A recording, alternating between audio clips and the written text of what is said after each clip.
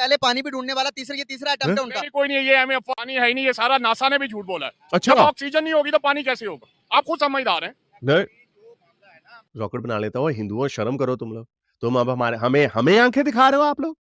हमारे पास तो 1400 साल पहले था नासा नूसा, ये Soviet union, Russia, China, India.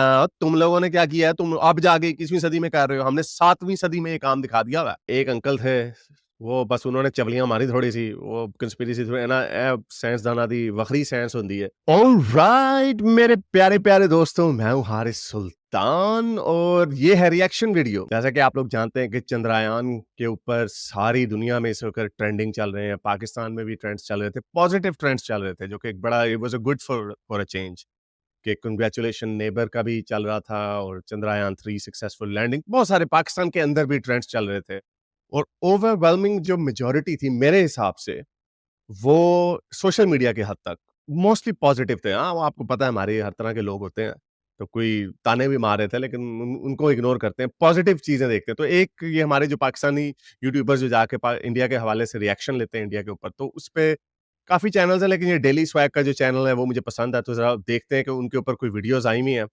तो मैंने ये वीडियोस पहले नहीं देखी, तो देखते हैं कि वो क्या लोगों से रिएक्शन आ रहा है उसका। तो ये चैनल है ऑब्वियसली, इसमें चंद्रयान 3, चंद्रयान, अच्छा ये सारी उसने चंद्रयान के ऊपर ही बनाई है। तो जरा ये लेटेस्ट देखते हैं कि क्या रिएक्शन है इसमें। पहले जब हम सुनते थे चंदा मामा दूर के, लेकिन अब वो कह सकते हैं कि भाई चंदा मामा घर के। हमारे यहाँ ना जनाब रोटी है ना पानी है, हाँ। बिजली का बिल है, तोबा तोबा तोबा तोबा तोबा। इस महीने तो तोबा तोबा तोबा तोबा। टेक्नोलॉजी की बात करें अगर हम, उनके जो मिसाइल की जो रेंज है वो चांद तक है। अब हाँ, सोचे हम यहाँ पर कहते हैं कि टेक्नोलॉजी हमारी बहुत अच्छी है, हमारी टेक्नोलॉजी। चलें ये कमिंग अप पे है, तो हम जरा सीधा आगे लेके जाते हैं कि क्या रिएक्शन है ये आगे। इसके साथ साथ इंडिया दुनिया का चौथा बड़ा मुल्क बन गया, चांद पर जाने वाला और साउथ पोल पर जाने वाला पहला मुल्क बन गया। इसी की खुशखबरी के साथ साथ कुछ जराये के मुताबिक न्यूज आ रही है कि आने वाले कुछ टाइम के अंदर, कुछ दिनों के अंदर इंडिया दुनिया की तीसरी बड़ी इकोनॉमी बनने जा रहा है। पाकिस्तानी पब्लिक के पास जाऊंगा, उनसे पूछूंगा कि हम कहाँ रिलाइव कर रहे हैं, हमारे क्या हालात हैं इस टाइम, इन सब हालात पर। और इंडिया बाय 2050 दूसरी बड़ी इकोनॉमी होगी, अमेरिका को सरपास कर जाएगी और सेकंड ओनली टू चाइना, और वो भी बड़ा क्लोज होगा। कैसे काबू कर सकते हैं और क्या करना चाहिए अब हमें आने वाले टाइम के लिए, इन सब सवालों के जवाब दूंगा आज की इस वीडियो में। आइए मेरे साथ चलते हैं पाकिस्तान रिपब्लिक की जानिब और उनकी राय लेते हैं। चले मुजम्मिल। अस्सलाम वालेकुम वालेकुम सलाम। सर, कैसे हैं आप? अल्हम्दुलिल्लाह। नाम आपका? दिलशाद अहमद। क्या बात है, आप वाकई में दिलशाद लग रहे हैं सर, आहा। जबरदस्त हो गया, दिल बाग बाग हो गया आपसे बात करके। सर इसी दिल बाग बाग की खबर के साथ आपका एक और खबर सुना के भी करूं। सर हमारा पड़ोसी मुल्क इंडिया चांद पर कदम रख चुका है सर, चांद उसने अपने नाम पर कर लिया। पहले जब हम सुनते थे चंदा मामा दूर के, लेकिन अब वो कह सकते हैं कि भाई चंदा मामा घर के। करके हाँ जी, क्या कहना चाहिए? बात तो ठीक है, देखो जी, पड़ोसी है, पड़ोसी के नाते हमें खुश होना चाहिए। हाँ जी, पूरी दुनिया के लिए बड़ी खबर है सर। बहुत बड़ी खबर है कि अमेरिका के बाद ये दूसरा नंबर है इंडिया का, जिन्होंने इसको अचीव किया है। इसे मुबारकबाद। उनको नहीं पता था वैसे, चाइना और सोवियत यूनियन भी है बीच में, बट अब सो फार सो गुड, अभी बड़े पॉजिटिव हैं अंकल, हमारे खुश लग रहे हैं, अच्छी बात है ये। मुबारक है, देनी चाहिए इंसानियत के लिए सर, ये हाँ। काम पूरी इंसानियत के लिए किया। हाँ, लेकिन चांद पे तो जा रहे हैं, जो जमीन पर दुनिया का हाल है उसका कोई पुराने हाल ही नहीं वो है। तो हमारे हाल है ना, उनके ठीक है। हाँ, नहीं उनके भी इतने अच्छे नहीं है, हमें लगते हैं दूर से अच्छे हैं। इस वक्त इंडिया नंबर 1 आबादी पे चले गया, चाइना को काट गया। हाँ, दुनिया के चाइना नंबर 2 पे आ गया, इंडिया नंबर 1 पे है। इस वक्त इंडिया नंबर 1 आबादी पे चले गया, चाइना को काट गया। हाँ, दुनिया के चाइना हाँ, तो ये नॉट नेसेसरली ये इतनी बुरी बात नहीं है। हम 90s में जब थे, तो हमें ये बहबूद आबादी का एक डिपार्टमेंट होता था जो लोगों को फैमिली प्लानिंग का सिखाया करता था। तो उसमें हमें ये बताया जाता था कि आप ज़्यादा बच्चे ना पैदा करें। लेकिन ये इसकी भी हर चीज़ का एक बैलेंस होता है। चाइना का ये बहुत बड़ा जो वन चाइल्ड पॉलिसी थी, उसका अब उन्हें नुकसान हो रहा है कि उनकी पॉपुलेशन बड़ी तेज़ी से एजिंग पॉपुलेशन बन रही है। जापान में हमने देखा है एजिंग पॉपुलेशन की वजह से अब उनकी पॉपुलेशन अब श्रिंक हो रही है और एज़ अ रिज़ल्ट उनकी इकोनॉमी भी श्रिंक हो रही है। तो 1.4 बिलियन जो तेज़ी से बढ़े हैं, और ऑब्वियसली अभी इंडिया पीक कर जाएगा अपनी पॉपुलेशन के हिसाब से, फिर क्योंकि इकोनॉमिक प्रॉस्पेरिटी जब लोगों में आती है तो वो बच्चे कम पैदा करते हैं, वो क्वालिटी पे फ़ोकस करते हैं, क्वांटिटी पे नहीं। अनफॉर्चुनेटली हमारे मोमिनीन्स को ये बात समझ नहीं आती, क्योंकि वो समझते हैं कि जितने ज़्यादा बच्चे पैदा करेंगे उतना अच्छा है, अल्लाह के राह में लड़ेंगे। हर बच्चा ₹1000 दिहाड़ी लाएगा तो 10 बच्चे होंगे तो 10,000 ऐसे ही बन जाएगा रोज़ का। तो ये वो मेंटालिटी है, उसके इसकी वजह से हम अपने बच्चों को पढ़ाते नहीं। लेकिन इंडिया में चूँकि इकोनॉमिक ग्रोथ हो रही है हर तरफ से, मिडल इनकम कंट्री की तरफ तेज़ी से वो पहुँच रहे हैं, और फिर उसके बाद उनकी जो जीडीपी है डेवलप्ड वर्ल्ड की जीडीपी हो जाएगी पर कैपिटा बाय 2050। तो ये जो एक जो ट्रेडिशनल सोच है कि ज़्यादा आबादी नहीं होनी चाहिए, उसके लिए आपको न्यू R&D से न्यू साइंस और टेक्नोलॉजी में काम करना पड़ता है, तो वो उसकी रिक्वायरमेंट होती है। तो ये भी एक थोड़ा-सा इसके अंदर नुआंसेस हैं जो हमारे अंकल को शायद ना पता हो। नंबर 2 पे आ गया है, इंडिया नंबर 1 पे है। हाँ जी। लेकिन उसके बावजूद पाकिस्तान से उनकी आवाम खुशहाल है। हाँ जी, बहुत। ये उन फैक्ट है। हाँ, ये ये फैक्ट सच्चाई है, है। हर पाकिस्तानी को तस्लीम करनी चाहिए कि भाई वो ज़्यादा खुशहाल है। खुशहाल है। जी। लेकिन उसके बावजूद और उनकी माइनॉरिटीज़ भी हमसे बहुत खुशहाल है। कोई उनकी माइनॉरिटी में जब मैं बार-बार बात करता हूँ कि उनमें से कोई आपको ऐसा बंदा नहीं मिलेगा मुसलमान जो कहेगा भई मैं सब कुछ छोड़ के जा रहा हूँ, मेरे पे बड़ा ज़ुल्म हो रहा है, मैं पाकिस्तान जा रहा हूँ। लेकिन पाकिस्तान में कन्वर्सली स्पीकिंग हमारे क्रिश्चियंस, हमारे हिंदूज़ को आज इंडिया कहे कि आ जाओ, सारे के सारे चले जाएँगे। पाकिस्तान से उनकी आवाम खुशहाल है। हाँ जी, ये उन फैक्ट है। हाँ, ये ये फैक्ट सच्चाई है, है। हर पाकिस्तानी को तस्लीम करनी चाहिए कि या भाई वो ज़्यादा खुशहाल है। खुशहाल है। उनकी ज़राअत अच्छी है, उन्हें बिजली फ्री मिलती है, हाँ जी। उनके वर्कर को पूरी रोटी मिलती है। ज़बरदस्त। हमारे यहाँ ना जनाब रोटी है, ना पानी है, बिजली का बिल है। तौबा, तौबा, तौबा, तौबा, तौबा। तौबा, इस महीने तो तौबा, तौबा। तौबा, तौबा, तौबा। काश हमारी निगरान हुकूमत काकड़ साहब ये ओह! बात को सुन लें कि यार इस अवाम पे बस कर। काकड़ हमारे केयरटेकर प्राइम मिनिस्टर हैं। इंडिया के लिए बड़ा फॉरेन कॉन्सेप्ट है क्योंकि उधर केयरटेकर गवर्नमेंट नहीं आती। हमारे केयरटेकर गवर्नमेंट इसलिए आती है क्योंकि लोगों को डर होता है ऑपोजिशन पार्टीज़ को कि ये धांधली करेंगे, इसलिए एक न्यूट्रल हुकूमत आनी चाहिए जो न्यूट्रैलिटी के साथ इलेक्शंस को ऑर्गेनाइज़ करे। तरस खाओ। आज तरस खाओ, इनकी बस हो गई है। अब ये रोटी खाएं या बिजली का बिल दें, कहाँ जाएं गम के मारे। खुदा का खौफ करो, हम तो बड़े बेबस हैं। आप जरा साहिब इख्तिदार हैं, तो अगर आप चाहें तो बिजली को कम कर सकते हैं रेट को। हाँ जी। कहाँ ले गए आप सर, 50 5 रुपए रुपए मज़ीद बढ़ेगा। अभी हाँ। मज़ीद बढ़ गया होना रात को, खबर आई नहीं की। हाँ जी, अब लोग जो है ना खुदकुशियाँ करने में मजबूर हैं। 2 वक़्त के बजाय 1 वक़्त की रोटी खा रहे हैं, तो खुदा का खौफ करो हुक्मरानों, खुदा का खौफ करो और बिजली के निजात से हमें निजात दिलाओ। सर एक एक बस सवाल पूछूं यहाँ पर। करो। यहाँ पर हमारे लोग कहते हैं कि भाई हमारा मुकाबला इंडिया के साथ है, हम इंडिया से आगे जा रहे हैं हर ओह! काम के अंदर। सर उनका मुकाबला वो चांद पर जा रहे हैं, हाँ। रशिया के साथ मुकाबला, अमेरिका के साथ मुकाबला। हमारा यहाँ पर रोटी का खाने का मसला पड़ा हुआ है, हाँ। क्या मुकाबला कर सकते हैं? नहीं, नहीं, नहीं, ये तो मानना पड़ेगा, चाहे वो हमारा हमसाया मुल्क है लेकिन हमसे आगे है। अगले मोदी को जैसा भी है, साम्राज्य है, लेकिन जब वो दुबई में वो वहाँ जाता है सऊदीया में, उसे ताज बनाया जाता है। वाय वाय इसलिए कि उन्हें काम करके दिखाया है। और पीछे चाचा जी कह रहे हैं तू भी आ जाओ, आ जाओ, आ जाओ, सारे बीच आ जाओ। क्या बात है सर? उन्हें काम करके दिखाया है। क्या बात है? वहाँ इन्फ्लेशन कम है, यहाँ इन्फ्लेशन बड़ी बड़ी बड़ी बड़ी है। को मार दिया सर। मार दिया, लिहाजा हम फिर आपसे अपील करते हैं आपके टीवी इजाजत से कि अवाम पे रहम करो, चाचा जी रोटी एंजॉय कपड़ा कर रहे हैं। सस्ता करो ताकि इनको सुख का सांस है। कोई गर्मी की चीजें नहीं दे रही, कोई महंगाई नहीं जीने दे रही। यहाँ पर एक सवाल और पूछूंगा। अफ्रीका के अंदर मौजूद है इंडिया के प्राइम मिनिस्टर।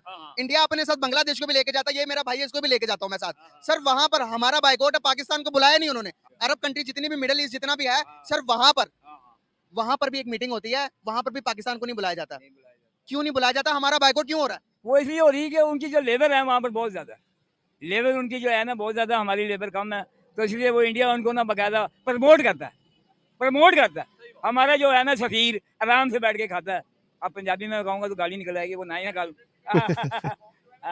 मुनाफिक है यार। इनसे भी एक मिनट आइएगा सर, जरूरी है, जरूरी है, जरूरी है। जी, और चाचा क्या जी। कह रहे हैं? मैं सिर्फ आपको एक मशवरा दूंगा, आप अभी ये मेट्रो से मैं आया हूँ, इनके ऊपर जाएं ना, वहाँ पे कोई पंखा है, और जो मेट्रो ट्रेन आ रही है, मेट्रो बस है, इसमें इतनी गर्मी है कि इंसान तंदूर से ज्यादा वहाँ पे गर्म है। यानी एसी खराब है, बंद है। एसी बंद है। मगर ये वहाँ से पैसे ले रहे हैं और खुद ही खाई जा रहे हैं और हमें दलील कर रहे हैं। इसमें साबित हुआ कि हमारी अवाम मुनाफिक है। सर यहाँ पर हमारी ये हालात क्यों है और हमारा पड़ोसी मुल्क इंडिया चांद पर चला गया सर? वो तो चांद पे चला जाए कि उसको कोई टेंशन नहीं, वो अंधेरी जगह पे गया जहाँ पे कुछ भी नहीं होना, सर वहाँ पर पानी भी ढूंढ लिया उन्होंने। कुछ भी नहीं ढूंढा उन्होंने। हाँ? पहले पानी भी ढूंढने वाला, ये तीसरा अटेम्प्ट है उनका। नहीं, कोई नहीं, ये हमें ये होती है जेलसी वाली बात। यहाँ पर वो चल के ना आई मीन यार अंकल आपको क्या पता?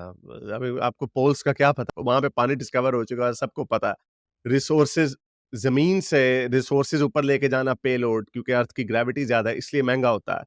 जो नासा की पिछले 20 साल की प्लानिंग है, ख्वाहिश और चूँकि अब स्पेस रेस शुरू हो चुकी है, प्लान ये है कि मून को अपनी बेस बना के वहाँ से जितने रिसोर्सेज़ वहाँ से लेके जाए जा सकें मार्स पे अगर जब हमने कॉलोनाइज़ेशन करनी है। क्योंकि ज़मीन से आपको मुझे याद नहीं है कि हर किलो लेके जाने पे पता नहीं कितने हज़ार डॉलर लगते हैं। चाँद से वो उसका 1/10 लगेगा। तो हमारे बेचारे ये मैं आपको अपनी जो मैंने चंद्रयान की जो वीडियो स्पेशल बनाई थी, उसमें मैं ये बात कर रहा था। 3 तरह के लोग हैं। एक मेरी तरह के लोग बहुत सारे हैं, जो प्रोग्रेसिव लोग हैं, वो खुश हैं। दूसरे वो लोग खुश हैं, जो बेचारे अपने आप से बड़े तंग हैं और तीसरे वो लोग हैं, जो हसद करते हैं। उनको जो मर्ज़ी हो जाए, वो हसद करेंगे और ये बाबा जी, अंकल जो हैं, ये उस कैटेगरी में आते हैं। पहले वाले नहीं, ये वाले अच्छे हैं। ये आप वाकई फिज़िसिस्ट एड़ा साइंसदान दा बच्चा, हैं? अफवाह है कि पानी ढूंढ लिया, फलां ढूंढ लिया। पूरी दुनिया तस्दीक कर रही है, हम नहीं मान रहे। नहीं, हम नहीं मारते। ऑक्सीजन ढूंढना हम नहीं मानते ओ यार भी ये बाबा भी बेचारा, अब ये भी काचे ना मार दे कहीं। ऑक्सीजन अभी है ही नहीं तो कहाँ से? ऑक्सीजन नहीं है तो पानी कैसे आएगा? सर एक बात हाँ? अगर ऑक्सीजन नहीं है तो पानी कहाँ से आएगा? क्या क्या यार ये क्या, वो किसे साइंसदान दे मुंडिया। बता रहा हूँ मैं आपको, नासा आप दुनिया की किसी भी उसको निकाल के देख लें, सर्च न्यूज चैनल आपके पास मोबाइल तो होगा, आप सर्च करें चांद के अंदर सबसे पहले पानी किसने दरियाफ्त किया? पानी है ही नहीं, ये सारा नासा ने भी झूठ बोला है। अच्छा। जब ऑक्सीजन नहीं होगी तो पानी कैसे होगा? आप खुद समझदार हैं। नहीं एक्चुअली जो मामला आप कह रहे हैं ना कि इंडिया चांद तक पहुंच गया, बाकी पहुंच गया, ये थोड़ी सी एक बिटर रियलिटी हमारे मुल्क में भी है हाँ। कि हमारे यहाँ पे करप्शन बड़ी आम है और करप्ट निज़ाम है, आलूदा जिसको कहते हैं। और मुझे इस चीज़ को बंदा कहाँ तक इसको दुरुस्त करे कि जहाँ तक कि आवे का आवा सारे का सारा बेसिकली बिगड़ा हुआ है। वैसे अगर आप देखें, मैं ये जो अंकल ने मुझे बोंगी मारी है, मैं उसके बारे में अभी सोच रहा हूँ कि जिसने पैंट और जो वेस्टर्न कपड़े पहने हुए हैं, उसका हसद का लेवल देखें। जो थोड़ा-सा, वो नीम हकीम खतरा जान वाली बात है। जो थोड़ा-सा जो अपने आप को पढ़ा लिखा समझता, ठीक है, ज़ाहिर बात इसको फिज़िक्स वगैरह का क्या होगा, इसने H2O समझा हुआ है कि हाइड्रोजन होगी और ऑक्सीजन होगी तो फिर ही पानी बनेगा। जो कि फ़ॉर्मूला ठीक है, लेकिन हर हेवनली बॉडी के ऊपर वाटर और हो भी सकता है। कोई ऐसी बात नहीं है। जब डिस्कवर हो गया है, जब पूरी दुनिया कह रही है, तो तू वखरा साइंसदान निकले है। तो इनका जो हमारे थोड़े ज़रा कम जो थोड़े से पेंडू किस्म के लोग हैं, जो सिंपल लोग हैं, वो उनमें कंस्पिरेसी का जो एलिमेंट है वो कम है। तो ये अब अंकल देखते हैं क्या खच मारते हैं। आई होप कि ये कोई खच ना मारे। और जिसको बेहतर होने की जरूरत है, सबसे पहले हम अपने आप से शुरू करते हैं इंसाफ का। इंसाफ का जो म्यार है, इतनी इतनी देर से केसेस जो चल रहे हैं, इसके फैसले लॉयर करने है में क्या मतलब। कबाहत है? क्यों इतनी आराम तलबी है भाई? ये जजेस जाते हैं बड़ी मादरत के साथ, वे उधर जाते हैं तो जाके ये केस जी सुना जाएगा सिर्फ जी अर्जेंट, बाकी जी लेफ्ट ओवर। इसका What is इससे कोई this? ताल्लुक नहीं है, आगे चलते हैं। उसको ये जलील करे। अच्छा ये आया दोबारा, अंकल को दोबारा सुनते हैं। उसका वो बयान है ना कि उन्होंने कहा था कि इसको ये कौम ऐसी है जो इसके लिए बेटर करेगा उसको ये जलील करेगी। और डॉक्टर कदीर खान का हाल आपने देख ही लिया। इससे ज्यादा मैं कुछ नहीं कह सकता इस अवाम के लिए। सर अब्दुल सलाम साहब ने जो हमें स्पार्को बनाकर दिया, हमने उसके साथ क्या किया? इसी तरह ही है ना जी, इसी तरह ही है। पाकिस्तान में जो इस अवाम के लिए करेगा, ये तो शुक्र करे कायद आज़म टाइम पे मर गए, वरना इस अवाम ने तो फातिमा जिन्ना को छुरियां मार के मारा हुआ। अच्छा कंस्पिरेसी थ्योरी है, ड्रामेबाजी है, मारा बल, लेकिन उसकी वजह ये है कि हमारी फाउंडेशंस गंदी थी, हमारी हर चीज़ बुनियाद झूठ के ऊपर रखी गई थी। तो झूठ के ऊपर रखोगे जब चीज़ें, तो जब वो सच लोगों के सामने आता है तो ऐसे ही होता। में शामिल है। हम और ये अंकल अभी भी झूठ के अंदर रह रहे हैं, अंकल को कख नहीं पता। किसको क्या कहें?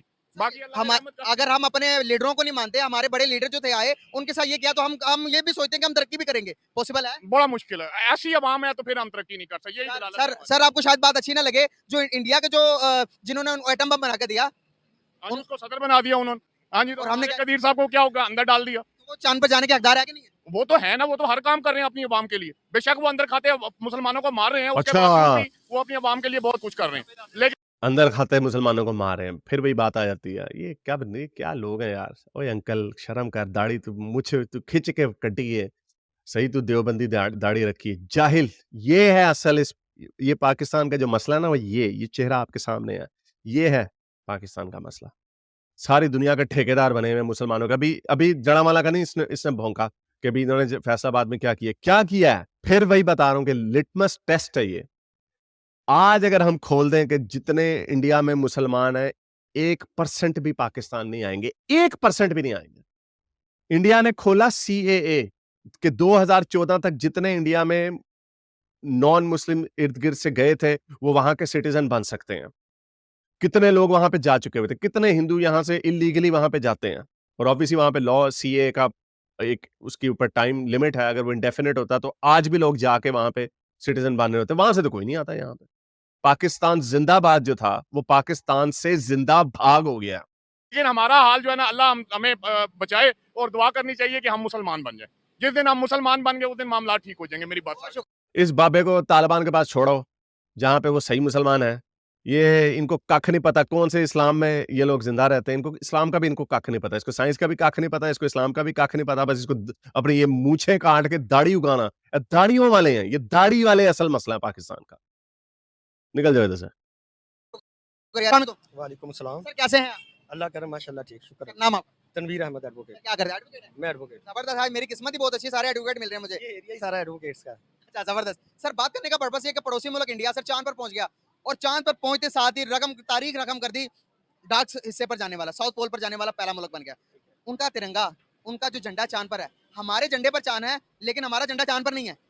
क्या कहना चाहेंगे? पहले वो कहते थे चंदा मामा दूर के, अब वो कहते हैं चंदा मामा घर के। वो तो नज़दीक हो गए ना, जब उन्होंने उनको पहुँच गए हैं, तो वो तो उनके घर के हो गए। अब ये है कि इसमें ये है कि जो स्ट्रगल करता है, वही उसका फल जो है ना वो हासिल करता है। अब अगर कोई बंदा कोशिश नहीं करेगा तो उसको कभी भी उसका जो नतीजा अच्छा नहीं मिलेगा।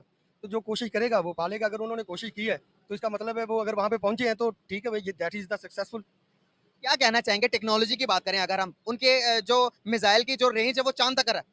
आप सोचें, हम यहाँ पर कहते हैं कि टेक्नोलॉजी हमारी बहुत अच्छी है, हमारी टेक्नोलॉजी वाकई में बहुत अच्छी है। नहीं देखिए, टेक्नोलॉजी जो है, मैं मिसाइल की जहाँ तक बात कर रहा हूँ, that is destructive manner. Missile है, जो जितने भी हथियार हैं, चाहे वो केमिकल हैं, चाहे वो न्यूक्लियर हैं, जैसे भी हैं, उनका मकसद जो है वो सिर्फ वो लड़ाई की हद तक होता है। मैं चाहता हूँ कि इससे हटकर जो है ना वो कंस्ट्रक्टिव मैनर में जो बंदे को दौड़ में आगे बढ़ना चाहिए। आपने कहा लड़ाइयों के हद तक होता है, लेकिन इंडिया ने साबित किया इंसानियत के लिए भी, चांद पर मिशन जाना ये खाली का खाली इंडिया का फायदा थोड़ी है, इससे पूरी इंसानियत को पता चलेगा कि चांद के अंदर क्या है। मैं न्यूक्लियर वेपन्स की बात कर रहा हूँ। मैं ये जो उनकी जो मिशन है चाँद पर जाने की, ये एप्रिशिएटेबल है, क्योंकि अगर वो गए हैं तो ये एप्रिशिएट करना चाहिए। कोई भी बंदा जो कामयाब होता है, जो मेहनत करता है और अगर उसको उसका अच्छा नतीजा मिलता है तो उसको एप्रिशिएट ज़रूर करना चाहिए। तो अब मैं सिर्फ डिस्ट्रक्टिव मैनर जो है, जो औज़ार जो है, जो हमारे हथियार, लड़ाई की हद तक मैं बात कर रहा था। बाकी जो है, अगर जो इसका न्यूक्लियर का उसके पॉजिटिव पहलू भी हैं, हम उससे एनर्जी हासिल कर सकते हैं, उससे बहुत सी हम जो है कि टेक्नोलॉजी से फ़ायदा ले सकते हैं। तो जितना हम आपने लिया कोई फायदा? देखिए, कोशिश इसकी क्राइसिस पूरे मुल्क के अंदर है। हम जिस तरह हमारे आज तक तो हमारे डैम भी पूरे नहीं हो सके, आज तक तो हमारा किसी किस्म का जो आवाम के जो बेसिक नेसेसिटीज़ हैं वो पूरी नहीं हो सकी। इस वजह से हम हमारे लिए बैड लक है। मैं कहूँगा कि ऐसा नहीं होना चाहिए। हमारे यहाँ हुक्मरानों को और हमारे जो रिस्पॉन्सिबल्स हैं उनको इस बारे में सोचना चाहिए कि जो हमारे साथ आज़ाद हुआ है, हम 14 अगस्त को मनाते हैं अपनी आज़ादी, उनकी 15 अगस्त को हम कहेंगे तो एक दिन फिर भी हम सीनियर हैं। और कोई वो हमसे सीनियर नहीं आप है। तो एक ही दिन हुए थे। हालाँकि एक दिन में हुए थे। मैं यही कह रहा हूँ कि एक ही दिन आज़ाद हुए थे। एक ही वो हमने आगे पीछे कर ली। इसके ऊपर डिफरेंट थ्योरीज हैं। एक कायद आज़म के ज़माने में इन्होंने किया कि हाँ भाई हम थोड़ा पहले करेंगे, हमने इंडिया से डिफरेंट रखना है इस वजह से। हालाँकि जब 15 अगस्त का पहला सेकंड जब चढ़ा था तो ऑफ़िशियली तब इंडिया और पाकिस्तान आज़ाद हुए। पाकिस्तान बना था, इंडिया आज़ाद हुआ था। तो हमने कहा चलो जी एक दिन पहले कर लेते हैं, कोई बात, हम हर काम में हम 2 नंबरी करते हैं। हमने कहा इधर भी कर लेते हैं। हम इन वैसे देखा जाए कि जिस मुल्क का बर्थडे ही 2 नंबर हो, वो आगे क्या हम सही काम करेंगे। हर चीज़ में हमने झूठ बोला, हर चीज़ में। ऐलान था, लेकिन चूँकि हमारा उस वक़्त के फैसले के मुताबिक उन्होंने 14 अगस्त रख लिया, वो 27वीं के हिसाब से।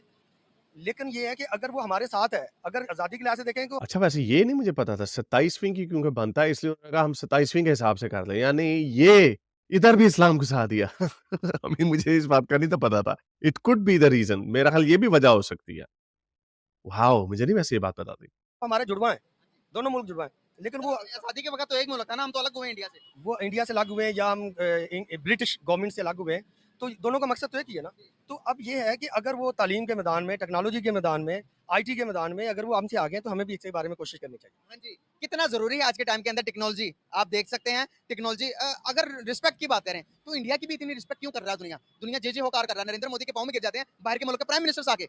तो क्यों उन्होंने इज्जत कैसे बनती है कौमों की? क्योंकि ऐसे है, कौमों की इज़्ज़त ऐसे बनती है कि कौम जो है, वो जो उनके लीडर्स हैं, वो दयानतदारी और ईमानदारी से और बिल्कुल से जो है मुखलिस होकर काम करें। अगर नरेंद्र मोदी कामयाब है या उनके जो प्रायर जो प्राइम मिनिस्टर्स थे कामयाब हैं, तो वो इसी वजह से है कि वो अपने मुल्क के लिए सोचते हैं। उनकी ट्रेड देख लें, उनका ट्रेड का हजम देख लें, उनकी टेक्नोलॉजी को देख लें। आज तक हमने चार्जर भी नहीं बनाया, जैसे कहते हैं हम चाइना से इम्पोर्ट करते हैं। उन्होंने मोबाइल कंपनियाँ अपनी मोबाइल एस्टैब्लिश कर दिया है कि टेक्नोलॉजी में वो बहुत आगे हमसे। तो इस वो हसन निसार जो है ना हमारे जिनका ताल्लुक सेंट्रल एशिया के साउथ से है, वो कहते हैं एक सुई तक नहीं बना सकते हम, सुई तक नहीं बनाते। हमारी इंडस्ट्रियल आउटपुट कुछ थी ही नहीं, हमने कोई काम किया ही नहीं। बिजली एनर्जी जो होती है आपकी मैन्युफैक्चरिंग के लिए सबसे मोस्ट इम्पोर्टेंट चीज़ होती है और बिजली सबसे महँगी है पाकिस्तान में, इस पूरे खित्ते में। तो इन्होंने क्या बनाना है? कुछ भी नहीं है और ये कर्ज़े के ऊपर मुल्क चलता चला है और इसी के ऊपर कितनी देर चलता चला जाएगा? तो ये अब क्वेश्चन मार्क ये है कि कब ये सारा जो एक आर्टिफ़िशियल सा झूठ की बुनियाद के ऊपर जो निज़ाम खड़ा किया गया था, ये कब एकदम से धड़ाम करके गिरेगा? तो बड़ी मायूसी वाला वक़्त होगा वो। तरह है कि अगर जो बंदा मेहनत करेगा, चाहे वो मुसलमान है, चाहे वो गैर मुस्लिम है, उसको उसका नतीजा मिलेगा। हम बीइंग मुस्लिम हमें प्राउड है कि हम मुसलमान हैं। लेकिन इसके साथ-साथ हम मुसलमान होने के साथ-साथ हमें दुनिया को के मुकाबले में शामिल होना हाँ चाहिए। जी। हमें वो टेक्नोलॉजी जो रेस है, जो सोशल और जो बैनुल-अक़वामी रेस है, उस रेस का हमें भी हिस्सा होना चाहिए। जी, ना जी। कि हम इतना ही करके बैठ जाएँ कि हम मुसलमान हैं। मुसलमान नहीं तो अल्लाह मियाँ का स्पेशल करम क्यों नहीं है हम पर? स्पेशल करम होना चाहिए ना हमने अल्लाह मियाँ ने क़यामत तक के लिए पाकिस्तान को बना दिया है। अल्लाह मियाँ का स्पेशल करम है, हम सबसे अच्छे मुसलमान हैं, तो उनका कोई कोई कोई सबूत क्यों नहीं हमें नज़र आता है? ठीक है, ये हमारे लिए अल्लाह का बड़ा एहसान है कि हम हज़ूर अकरम सल्लल्लाहु अलैहि वसल्लम की उम्मत से हैं। अच्छा लेकिन इसके साथ-साथ अगर हम मेहनत करके आगे दूसरी जो कंट्रीज़ हैं, उनको कम्पीट करेंगे तो ये और ज़्यादा बेहतर हो जाएगा। बिल्कुल सही। आपने कहा कि हम नबी की उम्मती हैं। अब जिस तरह से देखें वक्त तो वक्त नबी अंबिया आते गए, अल्लाह ताला ने उसको उसके मुताबिक कैपेबल बनाकर पैदा किया कि उस अराउंड जो सराउंडिंग के मुताबिक जिस तरह का माहौल हो उस तरह का सर्वाइवल पैदा हो। सर अभी देखिए दुनिया टेक्नोलॉजी की तरफ जा रही है। आप अच्छा अंबिया को देखेंगे तो वो उस वक्त के मुताबिक तैयारी करते थे। आज टेक्नोलॉजी का टाइम है, हम यहाँ पर सिर्फ ये कह रहे हैं कि हम नबी की उम्मती हैं। हम हाँ, उस वक़्त हम नबी भी उस वक़्त अपनी टेक्नोलॉजी यूज़ किया करते थे। हमारे प्यारे नबी हज़रत मोहम्मद मुस्तफ़ा वो जो वाक़या मिराज है, वो घोड़े के ऊपर बैठ के ऊपर धड़-धड़ उन्होंने उस ज़माने में रॉकेट बना लेता। ओए हिंदुओं शर्म करो तुम लोग। तुम अब हमारे हमें हमें आँखें दिखा रहे हो आप लोग?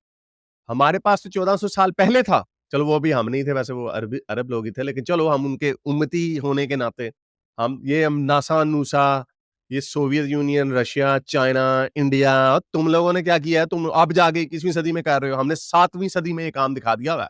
अड्डे तुसी साइंसदान। आगे देखते हैं और कोई है या नहीं है, यही अंकल रहेंगे। चलो एक और लड़का आया है, उसको देखते हैं अब। एडवोकेट एडवोकेट साहब है माशाल्लाह ये भी जबरदस्त हो गया एडवोकेट यार। बात करने का पर्पस आपसे ये है, क्या लगता है कि आपको अभी इंडिया चंद्रयान 3 पर लॉन्च करके चांद पर लैंड करके अपने रोवर को लैंड करवा दिया। इसी के साथ-साथ इंडिया दुनिया का चौथा बड़ा मुल्क बन गया, चांद पर जाने वाला, साउथ पोल पर जाने वाला पहला मुल्क बन गया। क्या समझते हैं आपके आने वाले टाइम के अंदर इंडिया के लिए कितना बेनिफिशियल साबित होने वाला है ये कदम? देखिए इंडिया के लिए तो बेनिफिशियल वो ऑलरेडी बहुत आगे हैं हमसे, ठीक है। और अगर हमारे मुल्क की तरफ देखा जाए तो हम तो माफियाज के अंडर हैं, स्टेक होल्डर जो हमारे आर्मी के स्टेक होल्डर्स उनके अंडर, ठीक है। हम तो कभी ऐसा उन्होंने किया हुआ है कि हम कभी उठ ही ना पाए इसके पाकिस्तान को इस वक्त। तो लाइक जब तक आवाम खुद सही नहीं होगी, आप एक्सपेक्ट कर सकते हैं इसके एक सब्जी बेचने वाले को, एक फल बेचने वाले को देख लें, अगर उसको 80 का मिलता है 200 का बेचता है, जब तक हम सब खुद ठीक नहीं होंगे तब तक कैसे एक्सपेक्ट कर सकते हैं कि हम आगे की चीज़ आगे निकल सके। हम बांग्लादेश से देख लें, अफगानिस्तान को देख लें, पेट्रोल की प्राइस आप दुनिया में देख लें, कहीं भी दुनिया में 100 से ऊपर 150 से ऊपर नहीं है। पाकिस्तान वाहिद मुल्क है जहाँ पे इतनी प्राइस है। आप जाके अफगानिस्तान में देख लें, ठीक है। तो यहाँ पे तो हर बंदा वैसे ये बात फैक्चुअली गलत है। पाकिस्तान में उतना ही बिकता है जितना इंटरनेशनल प्राइस होती है, बल्कि पाकिस्तान में थोड़ा सस्ता किया जाता है जिसकी वजह से सब्सिडी दे के डॉलरों में सब्सिडी एक तरीके से दी जा रही है जिसकी वजह से पाकिस्तान खसारे में जा रहा है। तो ये बात फैक्चुअली गलत है लेकिन आई अंडरस्टैंड द सेंटिमेंट। जिसका दाव लगा कर मैं लगा ही जाऊँ। सो आप कभी एक्सपेक्ट नहीं कर सकते कि तब्दीली आ जाए विदाउट कि आप खुद को जब तक सही नहीं करेंगे। तो हर एक को अपने टेक्नोलॉजी की बात करते हैं, टेक्नोलॉजी के बारे में हम बड़ी बात करते हैं कि भाई टेक्नोलॉजी आज के लिए एडवांसमेंट के बहुत ज़रूरी है, आगे बढ़ने के लिए बहुत ज़्यादा ज़रूरी है। तो क्या इन सब के बावजूद देखते हुए जहाँ पर इंडिया हर चीज़ को अपने हर चीज़ सेक्टर को डेवलप करता जा रहा है, वहाँ पर हम क्या कर रहे हैं कि हमारा सेक्टर क्या हमारे किसी भी सेक्टर का मुकाबला हो सकता है इंडिया के साथ? मुकाबला तो बहुत दूर की बात आप कर रहे हैं। अगर आपको कोई सेक्टर यहाँ पर रजिस्टर भी करवाना पड़ता है तो ऊपर से लेके नीचे तक आपको रिश्वत देनी पड़ती है, ठीक है। आप कोई बिल्डिंग आप अप्रूवल लेने चले जाएं एलडीए से, तो आप ठीक है आपको 5 साल तो उसको अप्रूव करवाने में लग जाएंगे। या फिर आपको अगर इन्फॉर्मेशन टेक्नोलॉजी के मिनिस्टरों की रिश्वतें, इसके एक बहुत लंबी चेन है माफिया की यहाँ पे पाकिस्तान के अंदर, ठीक है। ये तो किसी को ना आगे आने देंगे इन फ्यूचर। अगर जब तक आवाम खुद को नहीं सही करती तब तक तो एक्सपेक्टेड ना करें कि कोई तब्दीली आ सकती है। क्या इंडिया और पाकिस्तान के दरमियान कुछ बातचीत चल सकती है?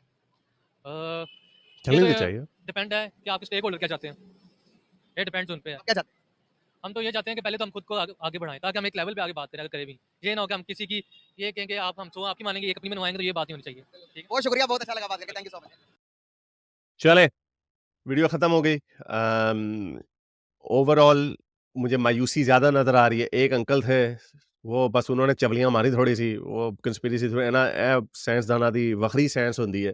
पूरी दुनिया एक तरफ और एक दाढ़ी वाला मौलवी वो एक तरफ, वो कह रहा है कि नहीं जी सब झूठ है, कोई पानी डिस्कवर नहीं हुआ। मार्स में भी पोल्स हैं, मार्स में भी पानी डिस्कवर हो चुका हुआ लेकिन क्या करें वैसे लोगों का? तो लेकिन आई थिंक ओवरऑल मैं ये बार-बार कह रहा हूँ कि मुझे जिस लेवल पे मायूसी इस वक़्त नज़र आ रही है पाकिस्तान में, उसकी वजह ऑब्वियसली क्योंकि पाकिस्तान हमारी अपने नाकामियाँ बहुत ज़्यादा हैं। आसमान से बातें करती हमारी नाकामियाँ हैं जिसकी वजह से लोगों में मायूसी है और मायूसी इस हद तक पहुँच गई है कि अब ये जुर्रत भी नहीं हम करते। जिस मुल्क को हम अपना आर्च राइवल समझते थे, जिसके साथ हम हर चीज़ में बराबरी करते थे, पंगा लेने की कोशिश करते थे, वो इतनी तेज़ी से आगे तरक्की कर रहा है कि हमें भी इस बात का एहसास होने लग गया।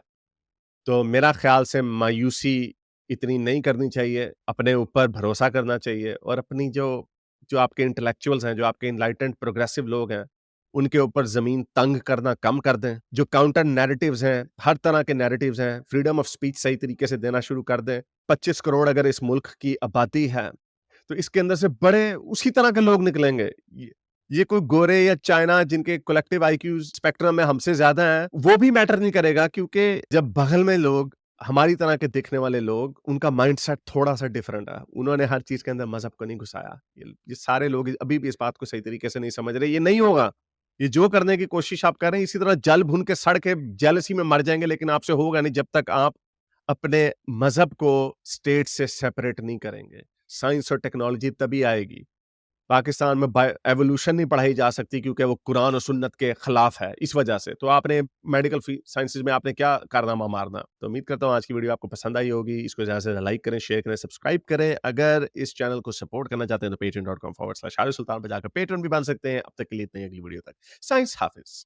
अगर आपको मेरी ये वीडियो अच्छी लगी तो मेरे चैनल के मेंबर बनिए, पेट्रन बनिए, या फिर आप मुझे बाय मी या कॉफ़ी में भी सपोर्ट कर सकते हैं।